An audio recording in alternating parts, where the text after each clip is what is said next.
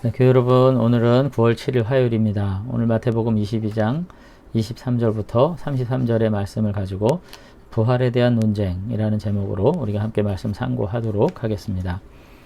23절 제가 먼저 23절부터 봉독해 드리겠습니다. 부활이 없다 하는 사두개인들이 그날에 예수께 와서 물어 이르되 선생님이여 모세가 일렀으되 사람이 만일 자식이 없이 죽으면 그 동생이 그 아내에게 장가들어 형을 위하여 상속자를 세울지니라 하였나이다. 우리 중에 칠형제가 있었는데 마지가 장가들었다가 죽어 상속자가 없으므로 그 아내를 그 동생에게 물려주고 그 둘째와 셋째로 일곱째까지 그렇게 하다가 최후에 그 여자도 죽었나이다. 그런즉 그들이 다 그를 취하였으니 부할 때에 일곱 중에 누구의 아내가 되리이까? 예수께서 대답하여 이르시되 너희가 성경도 하나님의 능력도 알지 못하는 고로 오해하였도다. 부할 때에는 장가도 아니가고 시집도 아니가고 하늘에 있는 천사들과 같으니라. 죽은 자의 부활을 논할진대 하나님이 너희에게 말씀하신 바 나는 아브라함의 하나님이요 이삭의 하나님이요 야곱의 하나님이로라 하신 것을 읽어보지 못하였느냐. 하나님은 죽은 자의 하나님이 아니시요 살아있는 자의 하나님이시니라 하시니 무리가 듣고 그의 가르침에 놀라더라. 아멘. 오늘 함께 읽은 성경 말씀은 이제 앞서서도 말씀드렸지만은 세 개의 비유에 이은 세 개의 논쟁 단락이 되겠습니다. 그 중에 이제 두 번째에 해당하는 부분인데요. 앞선 단락에서 바리새인들이 정치적인 질문을 통해 가지고 예수님을 올무에 빠뜨리려고 했다면 이번 단락에서는 사두개인들이 나와서 종교적인 질문을 던짐으로써 예수님을 올무에 빠뜨리고자 지금 시도하고 있습니다. 사두개인들은 이제 제사장을 중심으로 한 유대 정치 지도자 집단들을 말하는데 실질적으로 유대의 모든 권력을 독점적으로 가지고 있는 집단이고요. 이들은 이제 제사장 가문의 사람들이었기 때문에 제일 중요한 게 뭐예요? 제사법이죠. 그러니까 모세 오경을 가장 중요시하는 그런 집단으로 다른 권위를 인정하지 않는 모세 오경만이 유일하신 하나님의 말씀으로 이제 하나님의 권위를 가진 책으로 이제 인정하는 그런 사람들이었습니다. 근데 그들은 이제 모세 오경 안에 부활의 근거가 없다 이렇게 생각을 한 거죠. 그런 반면에 바리새인들이라고 하는 이제 이분들은 이제 평민 귀족들 중심으로 이제 경건주의 운동을 하는 사람들인데 이 사람들은 부활을 강력하게 신념했어요. 특히 이사야 26장 19절이나 다니엘서 12장 2절의 말씀 안에서 부활은 분명히 있다. 성도의 최종적 형태를 이제 부활로 본 거죠. 그런데 이제 사두개인들은 이와 같은 부활 사상은 토라에 대한 왜곡된 해석으로 봤습니다. 그러니까 선지서의 권위를 인정하지 않았으니까요. 사두개인들은 이런 자신들의 신념에 근거해가지고 예수님을 올무에 잡고자 이제 있다 해도 문제고 없다 해도 문제인 거죠. 이제 질문을 던지고 있습니다. 근데 이제 그들이 이제 부활에 대해서 부정적으로 이제 이해할 수 있는 근거 중에 하나가 뭐냐면 이제 계대 결혼, 이제 수혼법이라는 거예요. 여기 이제 설명에 칠형제에 관련된 얘기가 그런 겁니다. 이제 형이 자녀가 없이 죽었을 때는 동생이 형수에게 장가들어서 형의 기업을 잇게 해야 되는 책임을 갖는 것이 아주 명예로운 것이라고 생각을 했습니다. 우리가 볼 때는 어떻게 형수한테 장가가냐 이렇게 생각할 수 있는데 당시에 이제 하나님께서 유대인들에게 주신 땅, 그 기업이죠. 그 기업을 이제 가문이 잇도록 해주는 것이 가장 명예로운 그리고 가장 신실한 삶이죠. 자녀가 없어서 그 땅을 이어받을 자손이 없는 것은 하나님의 언약을 온전히 성취하지 못한 자로서 이제 일컬어지는 것이기 때문에 그래서 이제 이 사람들의 논쟁은 뭐냐면은 일곱이 다 그렇게 하다 죽어서 결국 자녀가 없어졌다는 겁니다. 근데 만약에 부활이 있다면 부활 때에 가가지고 이 형수가 이 여인이 도대체 누구의 아내냐 지금 이렇게 이제 이야기함으로써 이 계대결혼 수혼법의 부활은 서로 그 뭐라 그럴까요? 상충되기 때문에 성경이 진리라면 그 부활이 있을 수 없다. 토라가 문제 있을 수는 없잖아요. 그죠? 율법에 규정된 이 계대 결혼, 수혼법은 문제가 있을 수가 없어요. 그러니까 이 수혼법에 의하면은 이거 부활 신념이라는 거죠. 맹목적인 거고 굉장히 원시적인 신앙이다. 지금 이렇게 생각을 이제 하고 질문을 하는 거죠. 근데 이제 예수님께서 대답하시는 것이 두 가지입니다. 먼저 29절에 보면은 예수께서 대답하여 이르시되 너희가 성경도 하나님의 능력도 알지 못하는 거로 오해하였도다. 그러니까 성경도 몰랐고 그래서 해석에 오류가 있고 하나님의 능력에 대한 무지 때문에 너희는 정말로 성경을 읽을 수도 없다. 지금 이렇게 이야기를 하시는 거죠. 그러니까 자신들의 신념에 따라서 모세오경을 읽는 거 좋은데 제대로 이해했다면 부활을 부정하지 않았을 건데 성경을 바르게 이해하는데 실패했기 때문에 결국은 부활을 인정할 수가 없게 됐고 또 죽은 자를 살리시는 하나님의 능력도 알지 못했기 때문에 성경도 이해 못했다. 지금 이렇게 지금 말하고 있습니다. 이 말씀은 철저하게 너희들은 인간적이다. 하나님의 능력을 모르는 인본주의적인 종자들이고 그와 같은 인간적인 개념과 논리 그 다음에 인간적인 어떤 상상력을 가지고는 성경도 이해할 수 없다. 지금 그렇게 정죄를 하신 것으로 우리가 볼 수가 있겠습니다. 그러면 뭐가 문제냐? 첫 번째는 사두개인들은 이제 부활 이후의 삶이 현재 이 땅에서의 삶과 같다는 전제 속에 성경을 풀고 있습니다. 그러니까 부활은 오늘 우리가 살아가는 현재적 삶의 연장일 뿐인 거죠. 그러나 부활은 새로운 단계입니다.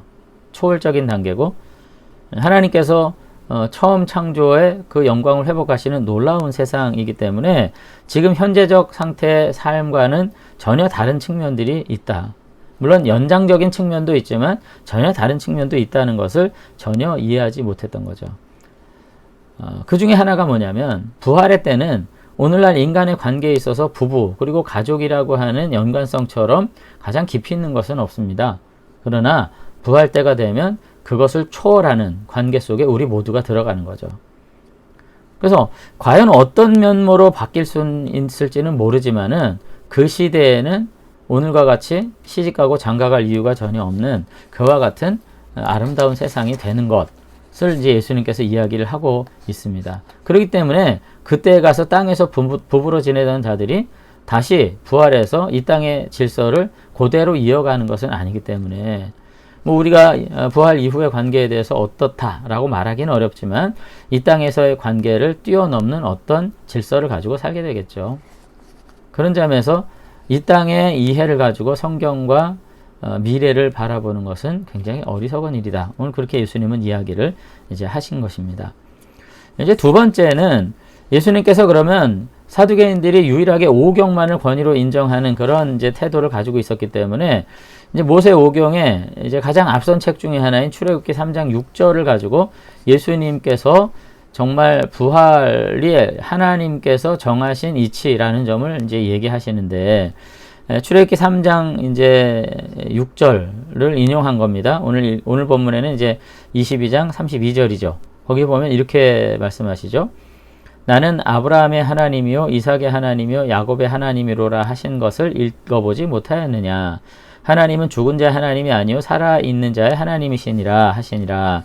자, 이렇게 이야기하셨는데 이건 무슨 뜻이냐면 하나님께서 이제 호렙산 떨기나무 가운데서 모세에게 자신을 소개하실 때 나는 아브라함의 하나님이고 이삭의 하나님이고 야곱의 하나님이라고 이제 말씀하셨는데 그들이 죽었음에도 불구하고 우리가 느끼기엔 이 땅에서는 물리적으로 죽은 자들인데도 불구하고 나는 그 죽은 자들의 하나님이라고 말하지 않고 현재형으로 나는 지금 아브라함의 하나님이고 이삭의 하나님이고 야곱의 하나님이라고 말씀하신 것은 지금도 그들이 살아있다는 증거다. 지금 그렇게 이제 얘기하신 거예요. 아브라함과 이삭과 야곱이 이 땅에서 죽음으로써 그 존재가 끝난 것이 아니시기 때문에 하나님은 모세를 만난 그 시점에서도 모세 만난 그 시점부터 훨씬 이전에 연도 계산을 다 할 수가 없죠. 이미 우리 생각과 기억 속에는 죽은 그들의 조상인 존재가 끝난 것 같은 그들의 조상인 아브라함과 이삭과 야곱의 하나님이라고 현재형으로 말씀하신 것으로 보아 그들은 여전히 살아있고 하나님에게 의미 있는 존재로서 지금 존재한다. 그렇게 예수님께서 지금 출애굽기 3장 6절을 해석하신 것입니다. 더군다나 지금 한 가지 더 이제 말씀하시는데 그건 뭐냐면은 이제 하나님께서 이와 같이 아브라함과 맺은 언약이 영원하다면 이제 언약에 대한 이해도 있죠. 사두개인들이 아브라함과 맺은 언약이 영원하고 이삭과 야곱과 계속 이어진 영원한 언약을 맺으셨다면 그 영원한 언약이라는 것은 계약의 당사자 중에 하나가 소멸하게 되면 언약은 중단되는 거죠. 계약은. 그런데 하나님께서 그 영원한 언약 가운데 내가 너희들을 지금 불렀다고 말씀하신 것을 보면 그 언약의 영원성은 곧 그 존재, 족장들의 아브라함과 이삭과 야곱을 그 존재의 영원성을 담보하는 것이 분명하다. 그리고 그러므로 우리가 부활의 영광을 누릴 거다. 오늘 그렇게 예수님께서 말씀하셨다는 겁니다. 자, 33절에 보면은 이와 같은 대답을 들은 사두개인들이 또 무리들이 놀라고 있어요. 그러니까 예수님의 답변은 사두개인들만 이해한 것이 아니라 무리가 듣고 그랬거든요. 예수님을 따르던 무리들도 듣고 여기에 대해서 매우 호의적이고 긍정적인 반응을 이끌어냈음을 알 수 있습니다. 그러니까 바리새인과 헤롯 당 그리고 사두개인 모두가 다 예수님을 올매에 넣으려는 계획은 이미 다 얼그러진 것이고, 이제 예수님께서 정말로 얼마만한 깊이 있는 성경 이해와 해석을 가지고 있는지도 우리가 이제 알 수가 있게 된 거죠. 사두개인들을 향한 예수님의 평가 뭐라고 그래요? 29절에 너희가 성경도 하나님의 능력도 알지 못하는 거로 오해하였도다. 치욕적인 거죠. 근데 예수님에 대한 평가 어떻게 돼 있어요? 33절에 무리가 듣고 그의 가르침에 놀라더라. 오늘 역효과가 나서 오히려 예수님에 대한 더 깊은 이해와 존경을 지금 가져온 것을 이제 알 수가 있습니다.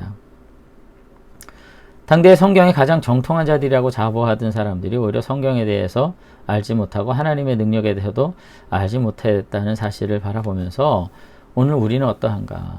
오늘날 교회마다 성도들마다 본인들이 가장 성경적이라고 말씀대로 믿는 교회라고 이렇게 얘기하지만 안타깝게도 저는 그런 말씀을 많이 하는 분들일수록 도대체 알고 있는 게 뭔가 하는 생각을 하게 되는 이제 정말 안타까운 현실을 직면하게 됩니다. 문자적으로 읽고 문자적으로 적용한다는 것이 과연 아는 것인가? 예. 저는 우리 스스로가 이렇게 너무나도 천박한 신앙과 가벼운 신앙 속에서 구호만 난무하는 이런 상황 결코 하나님께서 기뻐하시지 않으리라 생각을 하게 됩니다. 우리 모두가 다 다시 한번 성경의 깊은 이해 안에서 오늘 우리 시대를 바라보는 새로운 창의성, 상상력, 믿음이 우리를 새롭게 이끌어가는 그러한 성도들로 우리가 살아갈 수 있었으면 좋겠고요. 우리가 다시 한번 예수님의 말씀에 기초해서 하나님의 말씀이 우리의 삶에 요구하시는 것이 무엇인지를 분명히 알고 아는 대로 믿고 아는 대로 순종하는 그와 같은 교회로 우리가 성도들로 이제 살아갈 수 있었으면 좋겠습니다. 한번 기도하겠습니다. 네, 하나님 아버지, 오늘 사두개인들의 질문을 통해서 오히려 성경의 의미를 깨우쳐 주시고 또 성경에 대한 우리들의 태도가 어떠해야 함을 다시 한번 밝혀주신 주님의 말씀을 접하면서 우리들이 성경대로 믿고 성경대로 산다고 하는 이와 같은 구호에 지나지 않는 삶에 다시 한번 회의하고 아버지 하나님의 말씀 앞에 겸허히 서고 그 뜻 안에 즐거이 순종하고자 하는 새로운 믿음의 결단을 감당할 수 있게 되기를 기도드립니다. 그와 같이 우리가 믿음으로 알므로 순종하며 나아가게 될 때 우리 안에 모든 어그러진 것들이 주의 뜻 안에서 온전히 회복되는 은혜의 역사가 있게 될 줄로 믿습니다. 우리 모두가 다 다시 한번 말씀에 하나님의 가르침에 즐거이 순종함으로써 제자되는 그리고 자녀되는 천국의 백성 되는 복된 은혜 누리도록 축복해 주시옵소서. 예수님 이름으로 기도드리옵나이다. 아멘.